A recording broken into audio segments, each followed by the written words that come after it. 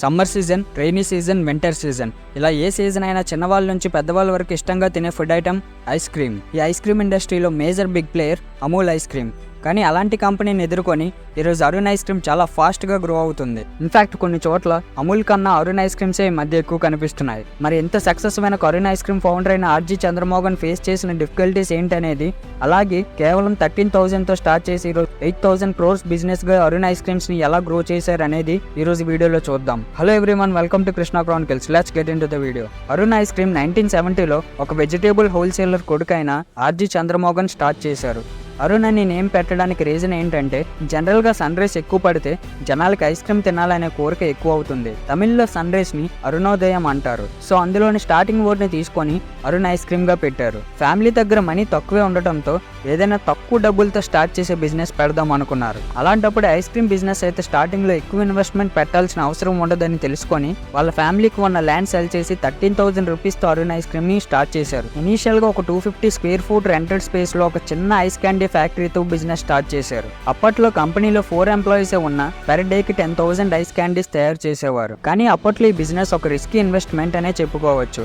ఎందుకంటే అప్పటికే సదరన్ మార్కెట్ని Dasaprakash, Kwality, Rita and Joy brands capture చేశాయి. ఇంకా అరుణ్ ఐస్ క్రీమ్ లాంటివే 3,500 to 4,000 small scale ice cream బిజినెస్లు ఉండేవి. మరి అంతమంది ఫేడ్ అవుట్ అయినా అరుణ్ ఐస్ క్రీమ్ ఎలా స్టాండ్ అవుట్ అయ్యింది? పెద్ద బ్రాండ్స్ ఇగ్నోర్ చేసిన మార్కెట్ స్పేస్ని, ఇంకా ఇన్వెస్ట్ చేయడానికి అంతగా వర్త్ కాదు అనుకున్న స్పేస్ని చంద్రమోహన్ ఐడెంటిఫై చేశారు. దానికోసం కాలేజ్ స్టూడెంట్స్కి ఐస్ క్రీమ్ సప్లై చేయడం స్టార్ట్ చేశారు. ఎందుకంటే న్యూ బ్రాండ్స్ టేస్ట్ చేయడానికి కాలేజ్ స్టూడెంట్స్ అయితే పెద్దగా ఎస్టేట్ చేయరు కాబట్టి క్వాలిటీ హైగా ఉంచి సప్లై కూడా అలా కంటిన్యూ చేసేవారు. రెస్పాన్స్ కూడా బాగానే వచ్చింది. ఆ తర్వాత షిప్ ఛానల్స్ కి కూడా సప్లై చేయడం స్టార్ట్ చేశారు. 1974కి almost 95% college canteen and ship channels Arun ice creams ని యూజ్ చేసేవారు. అలాగే బ్రాండ్ ని రూరల్ ఏరియాస్ లో ఇంట్రడ్యూస్ చేసి fresh ice cream from Madras అని మార్కెటింగ్ చేసేవారు. రూరల్ ఏరియాస్ లో మద్రాస్ సిటీ నుంచి వచ్చిన ప్రొడక్ట్ కాబట్టి కొంచెం ప్రీమియం గా చూసి ఈ బ్రాండ్ కి ఫస్ట్ ప్రిఫరెన్స్ ఇచ్చేవారు. డిస్ట్రిక్ట్ లెవెల్లోని ఎడ్యుకేషనల్ ఇన్స్టిట్యూషన్స్ కి, అంటే క్యాంటీన్స్, హాస్టల్స్ కి డ్రై ఐస్ కంటైనర్స్ లో పెట్టి సప్లై చేసేవారు. ప్రొడక్ట్స్ ట్రాన్స్పోర్ట్ చేయడానికి మాక్సిమం ఇండియన్ రైల్వేసే యూజ్ చేసేవారు. ఐస్ క్రీమ్స్ ని మ్యారేజెస్ కి సప్లై చేయడం స్టార్ట్ చేసి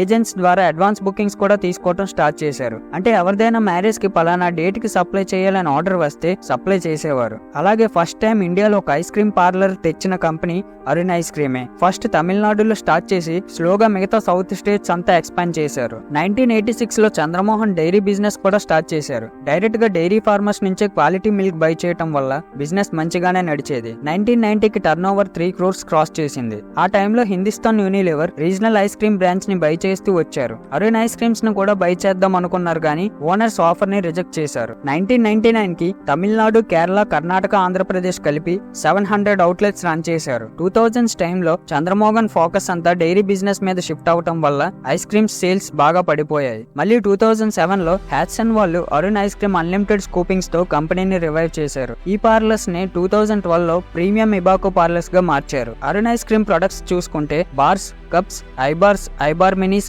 ఐకాన్స్, టబ్స్ ఇలా చాలా వెరైటీస్ ఉన్నాయి. అందులో చాలా మందికి ఇష్టమైన ప్రొడక్ట్ కసాటా స్లైస్. ఈ రోజు ఇండియాలో Hatsun largest private sector dairy company. వీళ్ళ దగ్గర ఉన్న 3 lakh farmers daily 18 to 20 lakh litres milk supply చేస్తారు. అందులో 60,000 లీటర్స్ ఐస్ క్రీమ్ ప్రొడక్షన్ కోసం యూజ్ చేస్తే రిమైనింగ్ మిల్క్ ప్రొడక్ట్స్ అయిన గీ, కర్డ్ లాంటి వాటి కోసం యూజ్ చేస్తారు. హ్యాట్సన్ రెవెన్యూలో ఐస్ క్రీమ్ సేల్స్ ద్వారా వచ్చేది ఓన్లీ 10% అయినా Arun ice cream brand name customers mind లో చాలా గట్టిగానే రిజిస్టర్ అయింది. రీసెంట్ గా మహారాష్ట్ర, ఒరిస్సాలో కూడా వీళ్ళు పార్లర్స్ స్టార్ట్ చేశారు. ఇండియన్ ఐస్ క్రీమ్ మార్కెట్ 2023కి 228.6 బిలియన్ రూపీస్ మార్క్ ని టచ్ అయింది. ఇది 2032కి 956 బిలియన్ రూపీస్ వరకు గ్రో అవ్వచ్చని IMARC గ్రూప్ ప్రెడిక్ట్ చేస్తుంది. దీన్ని బట్టి చూసుకుంటే ఫ్యూచర్ లో Arun ice cream parent group అయిన హ్యాట్సన్ కి ఇంకా మంచి ప్రాఫిట్స్ వచ్చే ఛాన్స్ ఉంది. సో ఫైనల్ గా మీకు ఇష్టమైన అరుణ్ ఐస్ క్రీమ్ ప్రోడక్ట్ ఏంటో కమెంట్ బాక్స్ లో పోస్ట్ చేసి వీడియోని తప్పకుండా లైక్ చేయండి. ఇలాంటి బిజినెస్ కేస్ స్టడీస్ వీడియోస్ ఇష్టపడే మీ ఫ్రెండ్స్ అండ్ ఫ్యామిలీ మెంబర్స్ కి వీడియో షేర్ చేసి ఇలాంటి క్వాలిటీ కంటెంట్ కోసం ఛానల్ సబ్స్క్రైబ్ చేయండి. పక్కనే ఉన్న గంట సింబల్ మీద క్లిక్ చేస్తే మేము వీడియో పెట్టగానే మీకు నోటిఫికేషన్ వస్తుంది. So thank you for watching. మళ్ళీ నెక్స్ట్ వీడియోలో కలుద్దాం.